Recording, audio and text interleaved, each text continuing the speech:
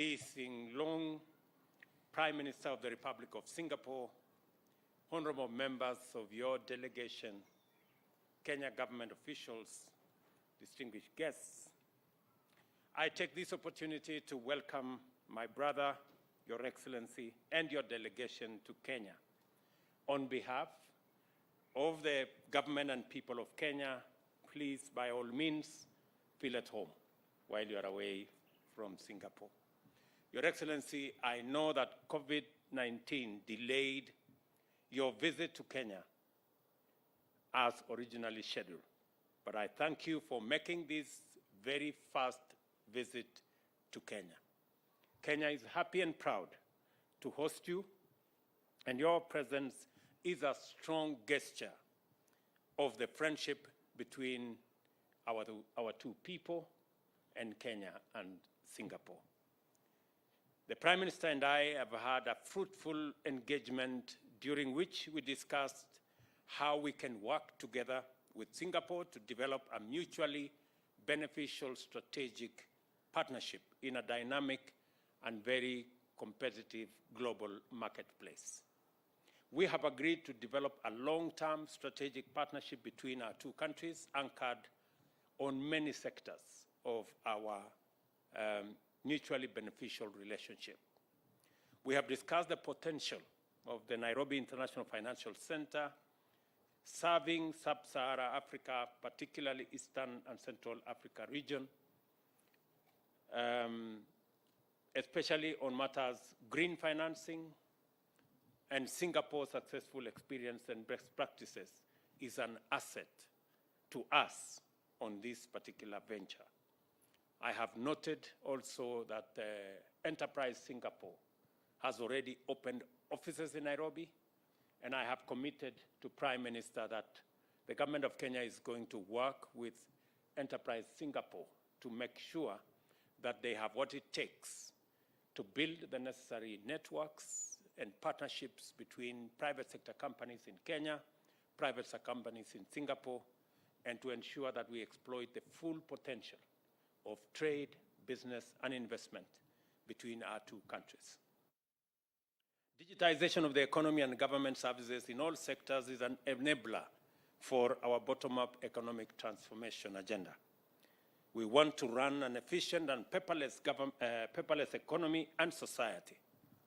A collaboration between Kenya and Singapore, who have a history of innovation, is key, hence the inclusion of the ICT sector in our strategic partnership between our two countries.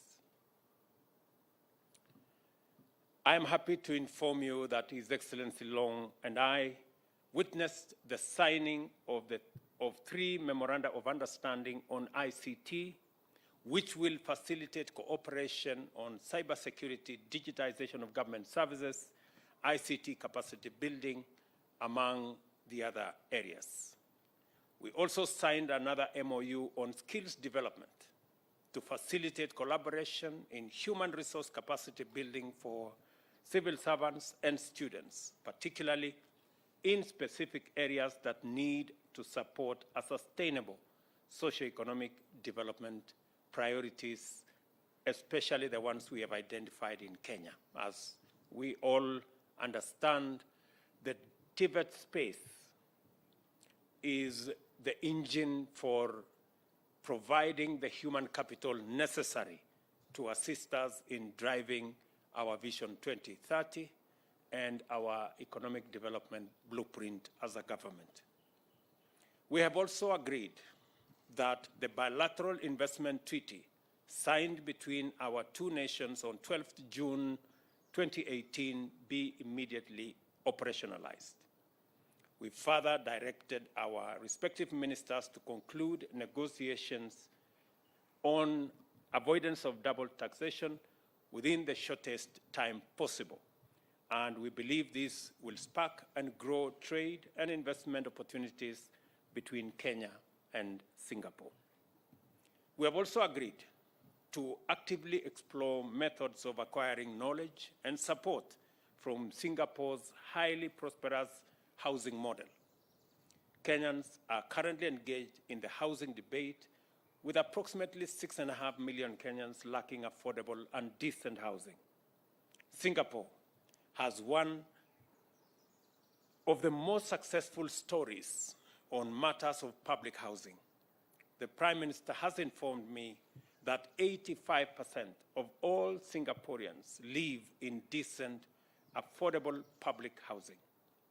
Their story and journey did not start overnight. It began 60 years ago, around the same time we established our housing policy in Kenya. They took some hard decisions and made some sacrifices where they undertook mandatory savings, and the results are there for everyone to see. We are 60 years late in taking this bold step. As a result, our country is infamous for having some of the largest informal settlements that number in excess of 1,140 slums. I don't want us to postpone this agenda anymore, and thus I am asking Kenyans to make the choice by saving into the housing fund so that 60 years from now, we can also have a similar success story to tell. We have invited Singaporeans' private sector to consider investment opportunities in our transport and logistics sectors. We've also explored the potential of Singapore becoming a gateway for Kenya's agricultural products to the ASEAN region. The Prime Minister and I share the view that climate change represents the greatest existential threat to the survival of mankind, and collective and cooperative action by all governments is of utmost importance. It is for this reason that I shared the objectives of the forthcoming Africa Climate Summit, which Kenya will host in September this year.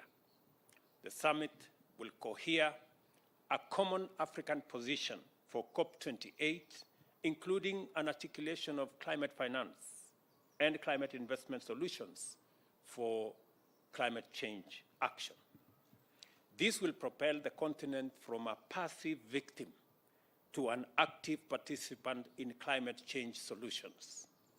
Prime Minister Long has expressed his support for us having concurrent positions on matters climate change, because they, as well as us, face the same threat in equal measure.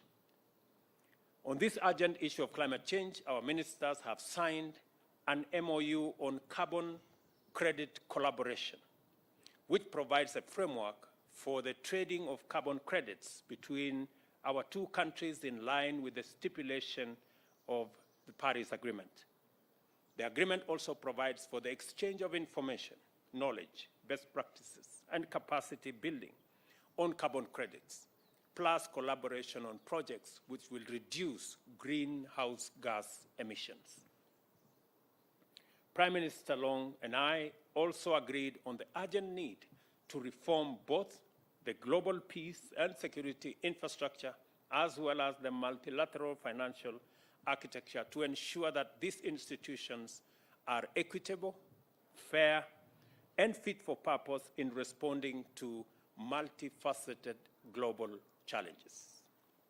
Kenya and Singapore will continue to work closely on areas of mutual interest, and we have shared with His Excellency Prime Minister Kenya's contribution to regional peace initiatives. Additionally, I shared Kenya's position on the need to reform the UN Security Council to make it much more inclusive and reflective of the current global order and dynamics. It is important for like-minded countries like Kenya and Singapore to support common positions. On the status of the UN office in Nairobi, Prime Minister Long and I agreed that the renovation and expansion of facilities to match other UN offices globally is a welcome development. The upgraded facility will accommodate at least 9,000 conference delegates at any meeting, and Singapore will work with us, especially in the upcoming UN Assembly, where discussions on these facilities' improvement will be held at the UN in New York. In conclusion, Prime Minister Long and I committed to having an annual high-level meeting consultation on our collaboration in financial services and ICT sectors.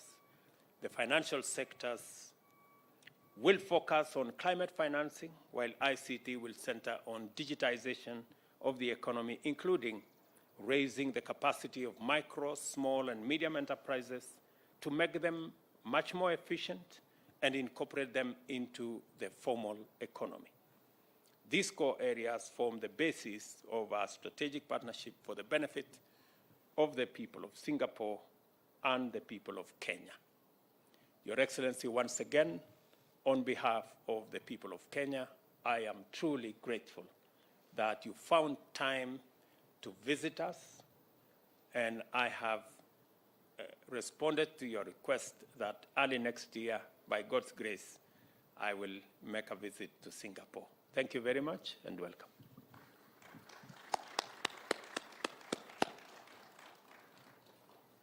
President William Ruto, ladies and gentlemen, good afternoon to everybody. Good afternoon. I thank President Ruto for his warm hospitality and his warm words. This is my first official visit to Kenya, and I'm delighted to be here today. Despite being geographically quite distant, Singapore and Kenya have similar outlooks. Our peoples share similar aspirations, such as inclusive growth, a high standard of living, ethnic and religious harmony, and good housing, healthcare, education. We share similar views on the challenges faced by the Global South. We both worry about growing geopolitical tensions, rising protectionism, threats to the multilateral trading system, inflation, pandemics, and climate change. We agreed that it was important that countries continue to work towards building linkages in the digital economy, cooperating on food, energy security, and sustainable development. The President and I reaffirmed the warm and long-standing relations between Singapore and Kenya. 2 years ago, we celebrated our 30th anniversary of diplomatic relations, and our two countries cooperate and exchange experiences in areas such as governance, public service administration, urban planning, and livable cities. Our economic cooperation has been growing. Kenya is one of Singapore's important trading partners in sub-Saharan Africa. Despite COVID, bilateral trade in 2021 increased by almost a quarter year on year. Several Singapore companies are operating in Kenya in a variety of sectors: shipping, logistics and port management systems, agribusiness, hospitality and fintech solutions, amongst others. A delegation of Singapore companies is in Nairobi. They came with me to pursue opportunities for investments and partnerships with Kenyan companies. Our two countries also collaborate well in multilateral fora. President Ruto and I reaffirmed our shared commitment to multilateralism and a rules-based global order.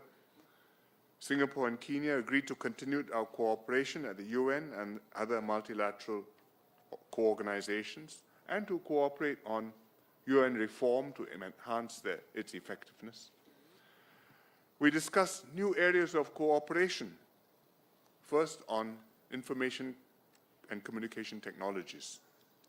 We just signed an MOU in this area, which will allow both sides to exchange best practices and knowledge in ICT and promote talent development and innovations. The MOU will also facilitate and strengthen strategic cooperation in cybersecurity. Secondly, on climate change, we signed an MOU in carbon credits collaboration under Article 6 of the Paris Agreement, and this will encourage, develop, and facilitate collaborative carbon credit projects of mutual interest. International collaboration, such as this agreement between Singapore and Kenya, is critical to promoting global climate action to achieve the goals of the Paris Agreement. Third, on human capital development. Both our countries placed heavy emphasis on nurturing talent. The MOU on skills development will encourage closer technical cooperation between both countries in areas such as leadership and governance, education, and digitalization. And this will take place through knowledge exchange, capacity building courses, and other cooperation. There is great potential to expand our bilateral cooperation. Kenya's strategic location serves as a gateway for Singapore companies into East Africa. Likewise, Singapore can serve as a gateway for Kenyan companies into Southeast Asia. I welcome the ratification of the Bilateral Investment Treaty and the President's commitment to settle the avoidance of the double taxation agreement between our two countries as soon as possible. These moves send a strong positive signal to businesses and provide clarity and assurance on the cross-border transactions and investment. I look forward to working with President Ruto and his government to bring our bilateral relations to even greater heights. I'm very happy that the President has accepted my invitation to visit Singapore, and I look forward to receiving him before too long, and if all goes well, early next year. Thank you very much. Thank you, Your Excellencies. We have a few questions from the journalists. Kindly identify yourself and who you are addressing the question to. Thank you. And the media house you represent. Good afternoon, Prime Minister, President Ruto. I'm Geraldine from CNA. I would like to ask what you think Kenya's value is to Singapore in terms of not just business and trade, but also expanding Singapore's diplomacy in Africa. Well, economics is, of course, a very important part of any two countries' relations, and between Singapore and Kenya, as I explained, we have good economic ties and they are growing. But Kenya is also a very important country in Africa. In East Africa particularly, it has a key role, not just as the hub and as a base from which we can extend our reach to the rest of East Africa, but also a role in the region's security and stability. And Singapore has goodwill in Africa and in Kenya. We have many friends here. It goes back a long way. In fact, in 1964, when we were in Malaysia, Mr. Lee Kuan Yew visited Africa on a tour, and Kenya was one of the countries which he came to, and he called on President Jomo Kenyatta.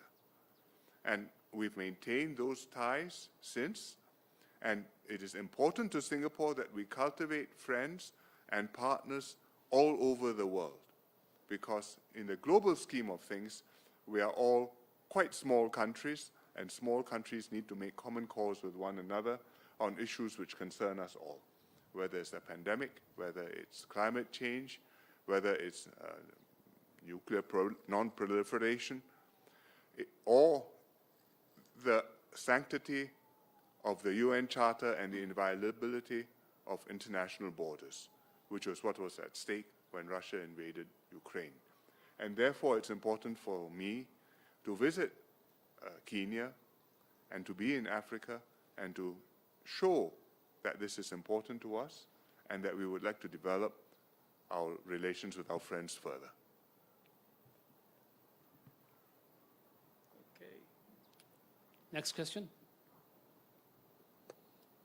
Prime Minister Lee and President William Ruto, I'm Sydney Chazima from NTV. My question goes to the seemingly trade imbalance between Kenya and Singapore, in that Kenya exports around $10 million to Singapore, and Kenya imports around 130-something million US dollars. Is there any sort of agreement between the two countries to bridge that gap? Thank you. We have not focused on this. We want to expand our economic relationship. We would like to develop the trade. And we want both Kenya's exports to Singapore and Singapore's exports to Kenya to grow. I think whether it's $10 million or $190 million is both still relatively small and very small compared to what it could be and what we should make them. And I think our focus should be to grow the trade and to do it in a way which Kenyan companies can benefit and Kenyan consumers can benefit. And likewise in Singapore, Singapore companies see new business opportunities, and Singapore consumers see new sources of fruit, vegetables, tourism, flowers, so many things which Kenya provides. I agree with Prime Minister Lee.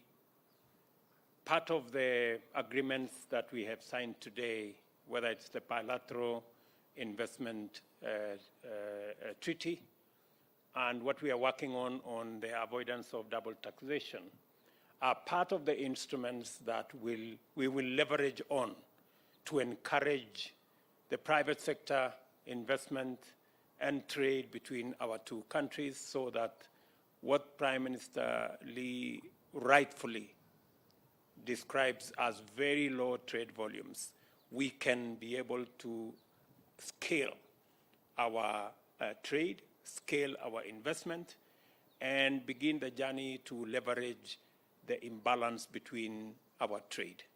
And secondly, it is a clear signal to us in Kenya that we need to do more about our exports. As we are all aware, our exports as a percentage of GDP came down from 28% to 10%. It is the reason why we are expanding our county industrial and aggregation centers. It is the reason why we will have new 5 export promotion zones in the Republic of Kenya, because exports as a percentage of GDP is even reflected in the trade between us and Singapore. There is scale, there is scope for us to export more, not just into Singapore, but to the rest of the world. But value addition and agro-processing will play a big part of our ability to be able to export. And that is why the bottom-up economic transformation agenda is focused on ensuring that we build the necessary capacity for us to do value addition and for us to engage in agro-processing, so that our flowers, our coffee, our tea, our avocados can find their way into Singapore. And I want to thank Prime Minister Lee for agreeing that Singapore can be the gateway into the Southeast Asia and the whole of that region. So we are building the necessary blocks on our side, and we are building the necessary ecosystem together with Singapore to facilitate increase in trade. Good afternoon, Prime Minister Lee and President Ruto. This is Keyang from Lianhe Zaobao, Singapore. I have a question on the new areas of collaboration between the two countries, and in particular on climate action. With an MOU inked earlier on carbon credit. Would you like to comment how will the two countries actually move forward and on issues that face the mankind, both on bilateral and multilateral forums? And what is your vision of what can be achieved by the two countries? Thank you. The MOU expresses our intention to collaborate and for Singapore to take advantage of carbon credits which Kenya will be able to provide. Carbon credits which are compliant with Article 6 of the Paris Agreement, and which therefore can be used to fulfill our nationally determined contributions, NDCs. In other words, what we have committed to reduce our carbon footprint, some part of that we can fulfill through compliant carbon credits, and Kenya is producing such carbon credits. We need such carbon credits, and therefore we would like to work together on that. And the MOU expresses our intention to conclude an agreement to work together on that. Climate change is a very serious problem for the whole world. In Singapore, we see warmer weather. You may think it's just a blip, but actually it's a long-term trend, and it's going to accentuate. In Africa, in Kenya, we also see extremes of weather, extremes of drought and of floods. And it's existential because human beings, cattle, wildlife, all are threatened when the climate gets extreme. And therefore, countries have to work together in order to reduce global emissions of carbon, in order to reduce global warming, and slow down the process of change, of climate change, so that countries and mankind have got time to adapt. And we want to work closely with Kenya and many other countries in order to do that. I think precisely what Prime Minister Lee has said, that if there is one phenomena that is urgent and that poses an existential threat to humanity, it is climate change. And the MOU we have signed today speaks to some of the solutions that will inform our action towards solving global warming and every country meeting their nationally determined contributions. We are changing the conversation from one of finger pointing and blame game, and we are moving it away from who caused what. We are having a conversation about climate financing, about climate investment. How do we work together to ensure that we support Singapore to meet their nationally determined contribution, but in the process, they too help Kenya to manage the extreme situations that come with climate change in our region. So the carbon trading market is an answer to climate financing and climate investment. And that is the new paradigm, and that is the new space that Singapore and Kenya are leading. Just for the record, 25% of all carbon trading going on in Africa today happens in Kenya. So we are already a leader in the space of carbon trading. And the partnership that we're going to build with Singapore is not only going to speak to scaling up our carbon trading, because I already announced that our next biggest export from Kenya will be carbon credits. We are concluding the legislation around that particular aspect in the next month or so. I will be speaking to members of parliament to explain to them the opportunity that exists for our country in the space of carbon trading, so that we can work with countries like Singapore and others in the space of carbon credit and carbon trading. So that's the new language for the future, especially in the context of climate change. President William Ruto and Prime Minister Lee, my name is Chemutai Goin from Citizen TV, and my question goes to Prime Minister Lee. Kenya and Singapore were almost at par many years ago.